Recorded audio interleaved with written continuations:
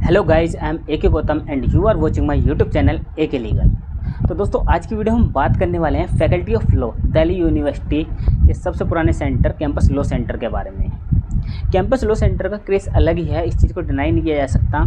और जो ज़्यादातर बच्चे हैं वो सब क्या कहते हैं, जब अपना एंट्रेंस देते हैं और वो जब सेंटर प्रेफरेंस देते हैं तो ज़्यादातर बच्चे जो हैं वो सीएलसी को ही अपनी फ़र्स्ट प्रेफरेंस रखते हैं। तो ये जानना ज़रूरी है कि सीएलसी में ऐसा क्या है, सीएलसी इतना फेमस क्यों है और हर कोई इसका दीवाना क्यों है। तो आज की वीडियो हम सीएलसी के बारे में ही जानेंगे। तो चलिए वीडियो को शुरू करते हैं। वीडियो को शुरू करते हैं मैं सबसे पहले जो आपको बताना चाहूँगा वो कैंपस लॉ सेंटर की थोड़ी सी हिस्ट्री को बताना चाहूँगा मैं आपको। कैंपस लॉ सेंटर जिसे सीएलसी के नाम से भी जाना जाता है, जो वो इस्टेब्लिश हुआ था वो हुआ था 1922 में। जी हाँ, 1922 में। आप इसी से अंदाज़ा लगा सकते हैं कि कितना पुराना है। इतना पुराना कि ये इसे 100 साल कंप्लीट हो चुके हैं। और जब हमारा एडवोकेट एक्ट्स तक भी नहीं आया था, 1961 में हमारा एडवोकेट एक्ट्स आया और जब हमारा देश ब्रिटिशर्स के कंट्रोल में था तो उस टाइम से ये हमें लॉ प्रोवाइड करा रहा है। तो ये 1922 में जब इस्टेब्लिश हुआ तो ये सिर्फ 2 साल का पार्ट टाइम लॉ कोर्स हमें प्रोवाइड कराता था। मतलब कि जब जो एलएलबी है, जो लॉ है, मतलब कानून की पढ़ाई, वो उस टाइम पे फुल टाइम नहीं थी, एक पार्ट टाइम कोर्स था। तो ये 1922 में हमें 2 साल का पार्ट टाइम कोर्स लॉ का प्रोवाइड कराता था। बट 1942 में इवनिंग क्लासेस स्टार्ट होती हैं और जो 2 फुल टाइम कोर्स भी प्रोवाइड किए जाते हैं। जो 2 कोर्स हैं वो होते हैं, एक BCL होता है यानी कि bachelor degree of civil law, मतलब कि BCL शुरू होता है सिविल लॉ में बैचलर डिग्री। दूसरा है certificate of proficiency in law. तो ये 2 फुल टाइम कोर्सेज हमें प्रोवाइड कराते हैं कैंपस लॉ सेंटर के द्वारा। और फिर 1961 में एडवोकेट एक्ट्स बन जाता है, तो जिसके आने के बाद जो सर्टिफिकेट ऑफ प्रोफिशिएंसी है, certificate of proficiency in law, उसको एबोलिश कर दिया जाता है। और 1966 में जो BCL डिग्री है उसे भी डिसकंटिन्यू कर दिया जाता है, क्योंकि 1966 में एक कमेटी फॉर्म होती है जो रिकमेंडेशन देती है। उस रिकमेंडेशन को एक्सेप्ट करके लगभग जो 2 साल का LLB कोर्स है उसे 3 साल में मॉडिफाई कर दिया जाता है और तब से ही 3 ईयर का LLB कोर्स चल रहा है। तो आपने देखा होगा कि जो जर्नी है CLC की वो कुछ इस तरीके से रही है कैंपस लॉ सेंटर की, और आपको हिस्ट्री इसकी थोड़ी इंटरेस्टिंग लगी होगी। बट अब बात करते हैं इसकी करंट सिचुएशन के बारे में।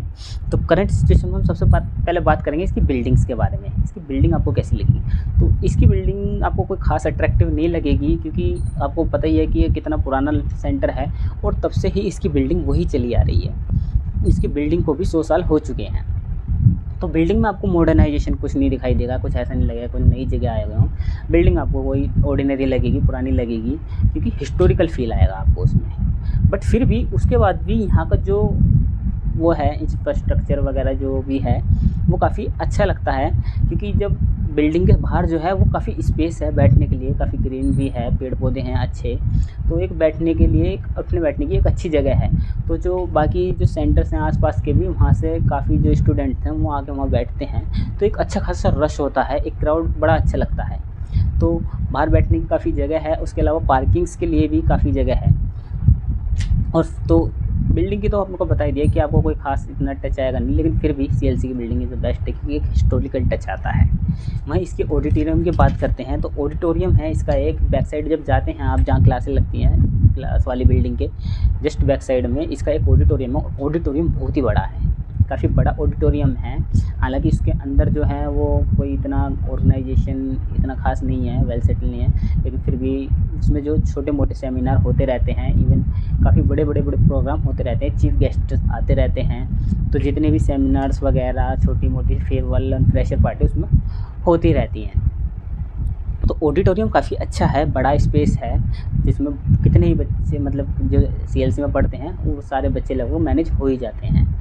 वहीं इसकी लाइब्रेरी की बात करें, लाइब्रेरी इसकी खुद की लाइब्रेरी है और लाइब्रेरी में भी काफ़ी अच्छा स्पेस है। आपको बुक्स का कलेक्शन काफ़ी अच्छा मिलेगा CLC की लाइब्रेरी में, और आप वहाँ पे कितने भी घंटे बैठ कर पढ़ाई कर सकते हैं।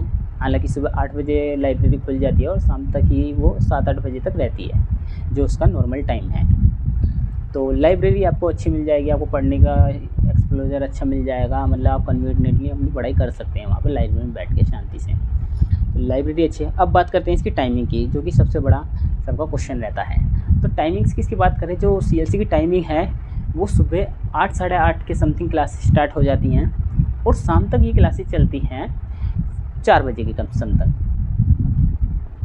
तो काफ़ी टाइम होता है जिसके बीच में आपकी क्लासेस के बीच में काफ़ी गैप्स रहता है।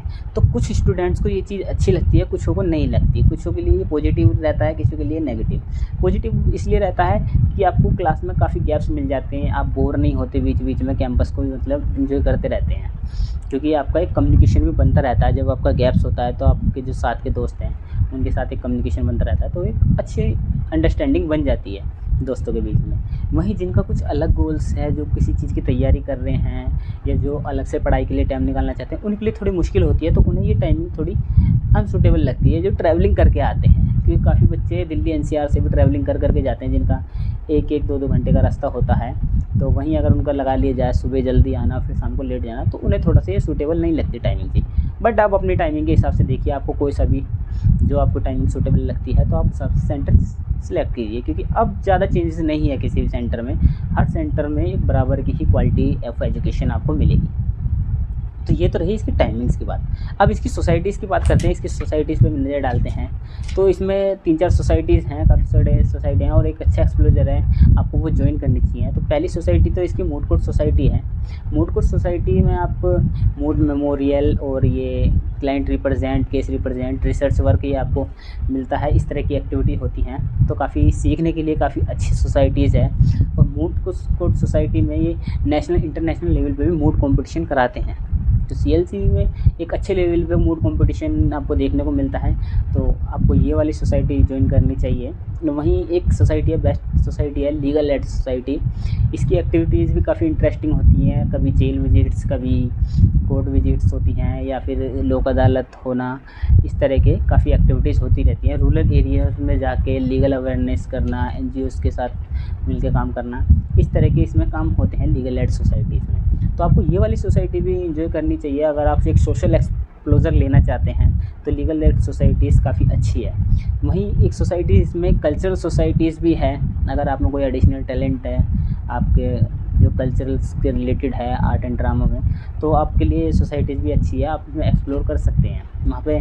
वहीं यहाँ पे कुछ डिबेट कंपटीशन वगैरह ये भी होते हैं, तो इनकी भी सोसाइटीज़ है। तो इस तरह की आपको कई सारी सोसाइटीज़ मिल जाती हैं जिसमें आपको पार्टिसिपेशन लेना चाहिए। वहीं इसकी आज बात करें एक लोकेशन के बारे में, तो लोकेशन इसकी बिल्कुल सेंटर में है, बहुत अच्छी लोकेशन है। क्योंकि क्या है, कैंपस लॉ सेंटर के आसपास बाकी जो दिल्ली यूनिवर्सिटी के कॉलेज हैं वो भी सिचुएटेड हैं। तो इससे क्या होता है, जो आप सड़कों पे घूमते हैं वो करते हैं, तो आपको एक कैंपस वाला माहौल मिलता है, बिल्कुल स्टूडेंट्स सब जैसा। और जो एक दूसरे के कॉलेज में जो फेस्ट वगैरह होते हैं उनमें भी जाके आप ज्वाइन करके इंजॉय कर सकते हैं। तो इंजॉय के लिए काफ़ी अच्छी लोकेशन है इसकी, आपको अच्छा फील आएगा।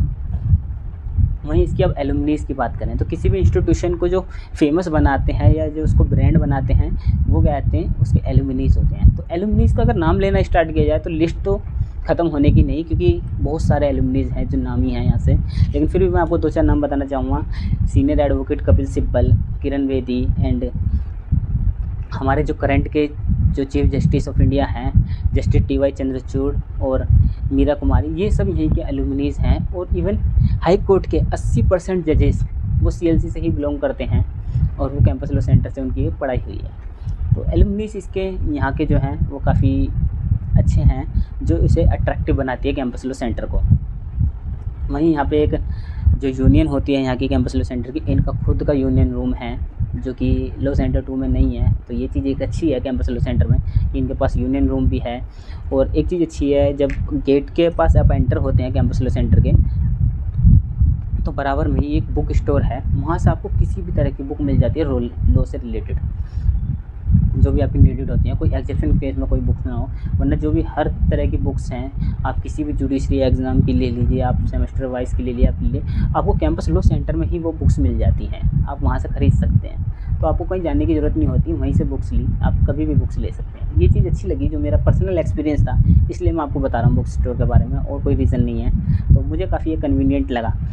और वहीं क्या कहते हैं, वहाँ पे छोटे छोटे चाय के स्टॉल्स वगैरह भी हैं, कैंटीन्स वगैरह भी हैं, तो वो भी आप कन्वीनियंट हो जाता है दोस्तों के साथ बैठ के चाय वगैरह पीना।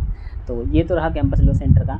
वहीं अब इसकी बात करें प्लेसमेंट की, जो कि हर स्टूडेंट के मन में क्वेश्चन होता है कि यहाँ से क्या प्लेसमेंट मिलेगी, क्योंकि जब भी हम किसी अच्छे इंस्टीट्यूशन की बात करते हैं तो प्लेसमेंट का रोल बड़ा आता है।